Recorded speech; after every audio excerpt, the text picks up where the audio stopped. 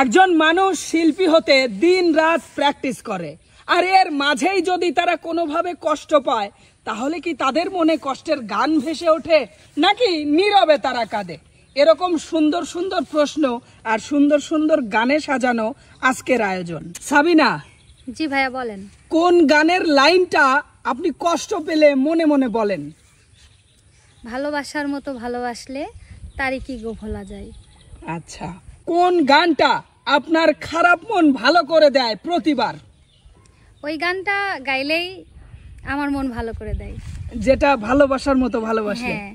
আচ্ছা আচ্ছা, গান শোনা নাকি গাওয়া, কোনটাতে আপনি শান্তি খুঁজে পান?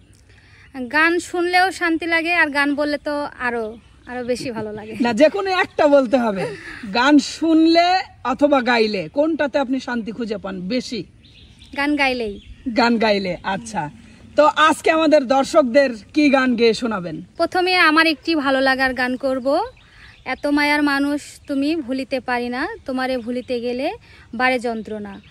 তারপরে আমার মন খারাপ হলে যে গানটা আমি সবসময় গাই, ভালোবাসার মতো ভালোবাসলে তারে কি গো ভোলা যায়। এত মায়ার মানুষ তুমি ভুলিতে পারি না,